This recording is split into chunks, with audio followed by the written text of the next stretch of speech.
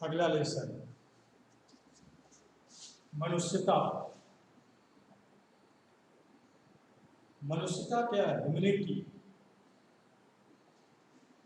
इसका सारांश मैं लिख रहा हूं। मनुष्यता एक ऐसा पाठ है, इस कविता में कवि ने मनुष्य को परोपकार करने की प्रेरणा दी थी। परोपकार का मतलब होता है जो दूसरे के ऊपर में उपकार करता है। परोपकार की प्रेरणा देने के साथ साथ परस्पर एकजुट होकर के चलने का संदेश दिया है कि संसार में सभी लोगों को एक साथ मिल करके काम करना चाहिए। कवि का मत है कि ये जो संसार है मरणशील है, माने आदमी जो यहाँ आता है उसको मरना निश्चित है, किंतु जो मनुष्य अपने सद्गुणों के कारण मरने के बाद अमर हो जाता है। संसार में बहुत से ऐसे व्यक्ति हैं जो कुछ अच्छे काम करते हैं और अच्छे काम करने के बाद जब मरते हैं तो उनका नाम अमर हो जाता है, वो मर करके भी अमर हो जाते हैं। तो इसी प्रकार की मृत्यु को सुमृत्यु कहा गया है। मृत्यु आदमी को मरना निश्चित है, लेकिन सुमृत्यु का मतलब होता है सुंदर मृत्यु। वैसे कीड़े मकड़ों की तरह मरने से कोई लाभ नहीं है। आप संसार में रह करके कुछ ऐसे अच्छे कार्य कीजिए ताकि मरने के बाद, यहाँ से जाने के बाद लोग आपके नाम को याद करें। तो इस प्रकार की मृत्यु को सुमृत्यु माने सुंदर मृत्यु बोलते हैं। और जो मनुष्य केवल अपनी स्वार्थ पूर्ति के लिए लगे रहते हैं, सिर्फ अपना ही बारे में सोचते हैं, दुनिया के बारे में और लोगों के बारे में सोचते ही नहीं, तो उनका आचरण तो पशुओं के समान है।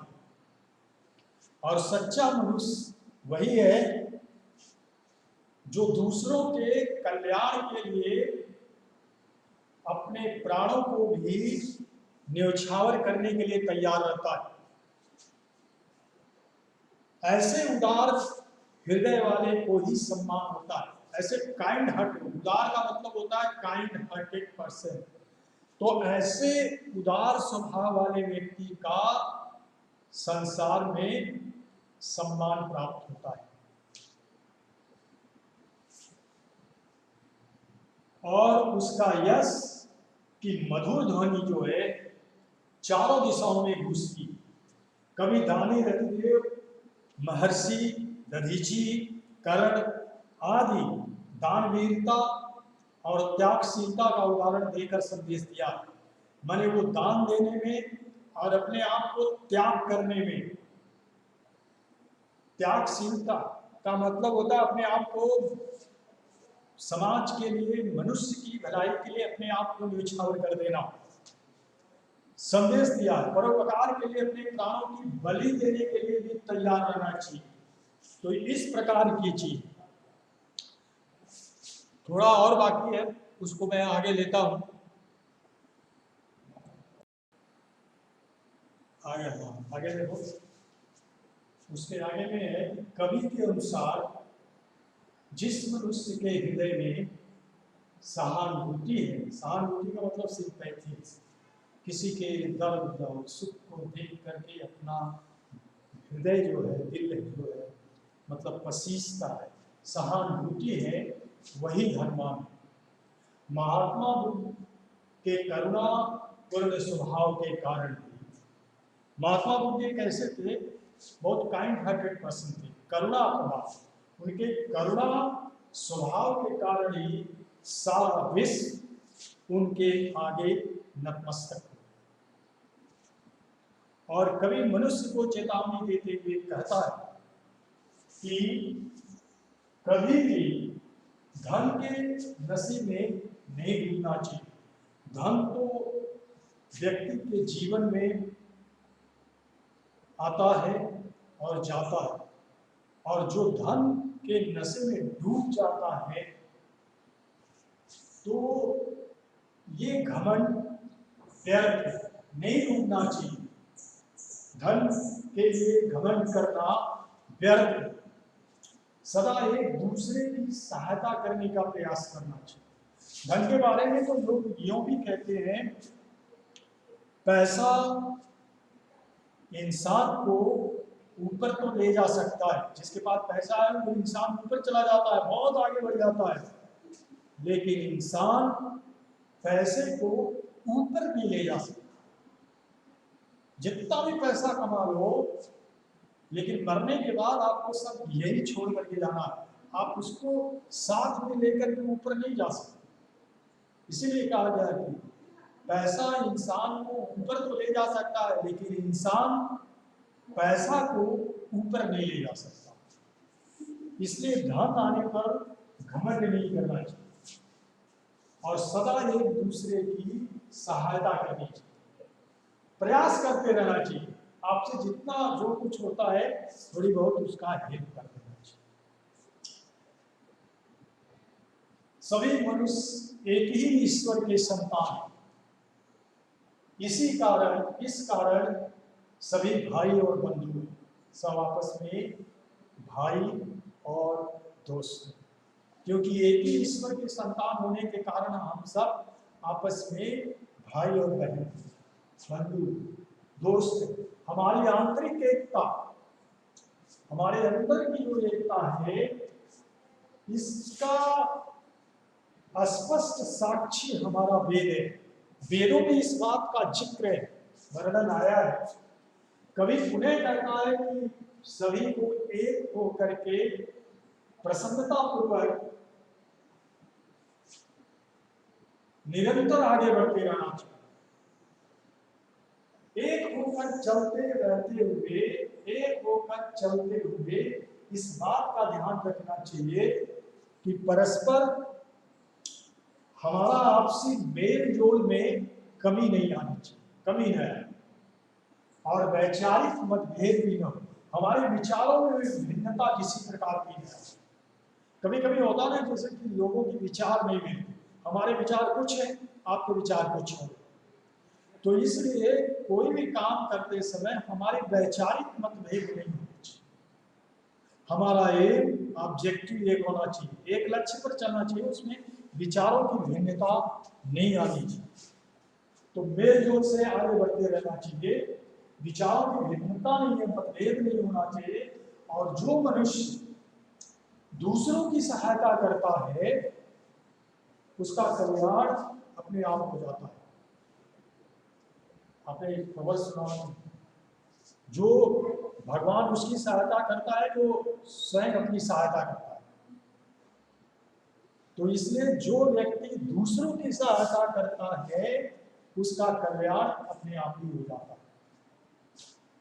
अतः इसलिए दूसरों की सहायता करते रहना चाहिए। वास्तव में सच्चा मनुष्य इस संसार में वही है जो दूसरों की सहायता करने के लिए अपने प्राणों तक को न्यौछावर करने के लिए तैयार है। सच्चा मनुष्य वही, क्योंकि उसमें लिखा था, लास्ट लाइन आप हर कविता में देखोगे, वही मनुष्य है जो मनुष्य के लिए मरे। सच्चा मनुष्य वही होता है जो दूसरे मनुष्य के लिए मरता है। मरता है मतलब उसकी भलाई के लिए, उसके परोपकार के लिए, उसकी सहायता के लिए अपने प्राणों को देने के लिए भी तैयार रहता है, अपना सब कुछ त्यागने के लिए तैयार रहता है।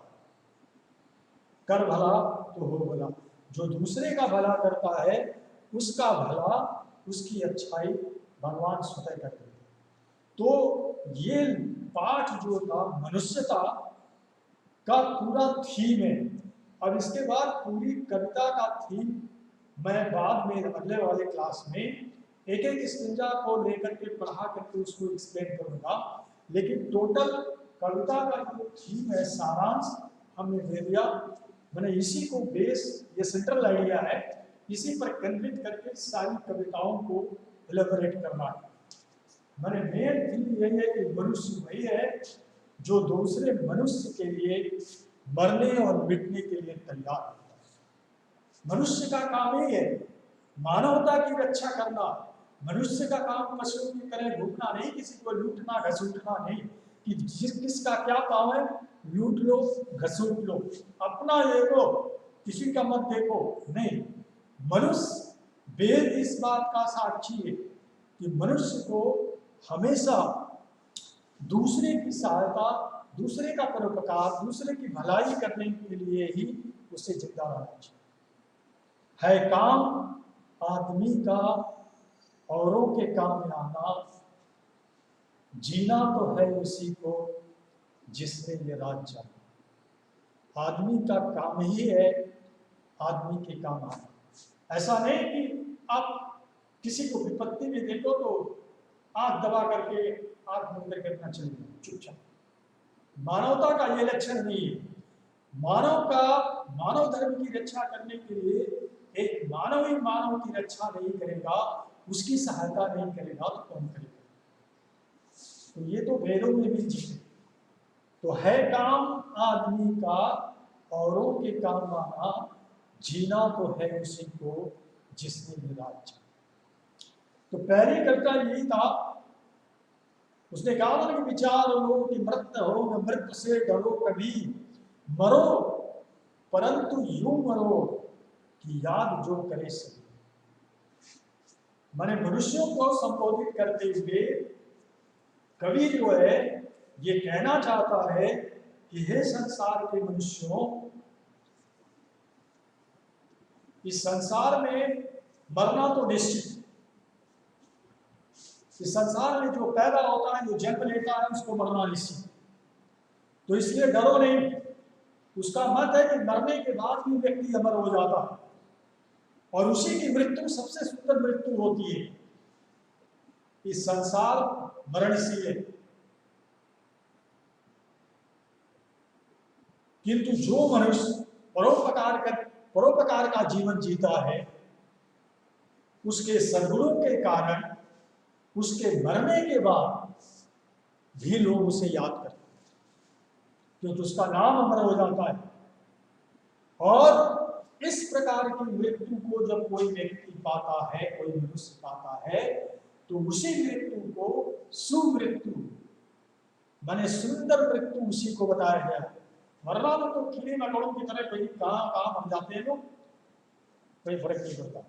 इसलिए कुछ संसार में रह करके कुछ ऐसे अच्छे कार्य करके मरो ताकि मरने के बाद दुनिया आपके नाम को याद। तो वही कहा,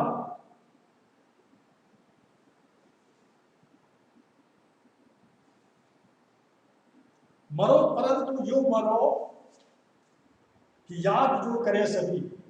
आप ऐसा सुंदर काम करके मरो ताकि मरने के बाद लोग आपके नाम को याद करें। हुई नहीं सुमृत, अगर इस प्रकार की मृत्यु को तुम प्राप्त नहीं करते हो तो इस संसार में तुम्हारा जीना मरना व्यर्थ बेकार। कहा हुई नहीं हो सुमृत, तो वृथा मरे वृथा जिए, आपका जीना मरना सब बेकार है।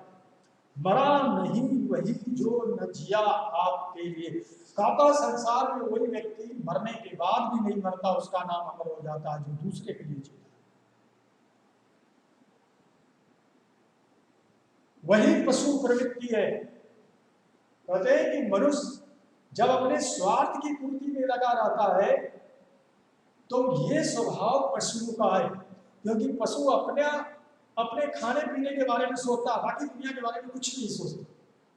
तो अगर मनुष्य भी अगर अपने स्वार्थ पूर्ति के लिए सिद्ध कार्य करता है, स्वार्थ में लगा रहता है, तो उसका स्वभाव पशुओं जैसा, जानवरों जैसा। There is no difference between animal and human being. कुछ भी डिफरेंस है, क्योंकि मनुष्य ईश्वर की सबसे सुंदर कृति है। मनुष्य के पास विवेक है। दुनिया में जितने भी प्राणी उनके पास किसी के पास विवेक नहीं, सोचने समझने की बुद्धि किसी के पास नहीं। मनुष्य ही एक ऐसा प्राणी है। अगर मनुष्य सिर्फ अपने स्वार्थ के लिए काम करता है, स्वार्थ के लिए जीता है, तो उसका स्वभाव पशु जैसा है। इसीलिए मनुष्य को हमेशा दूसरों के दुख दर्द को समझना चाहिए और हो सके जो भी कुछ हो सके उसकी सहायता करनी चाहिए। नहीं तो पशु जैसे वही मनुष्य है जो मनुष्य के लिए बने। मनुष्य वही है जो दूसरे मनुष्य के लिए बने। तो आज मैं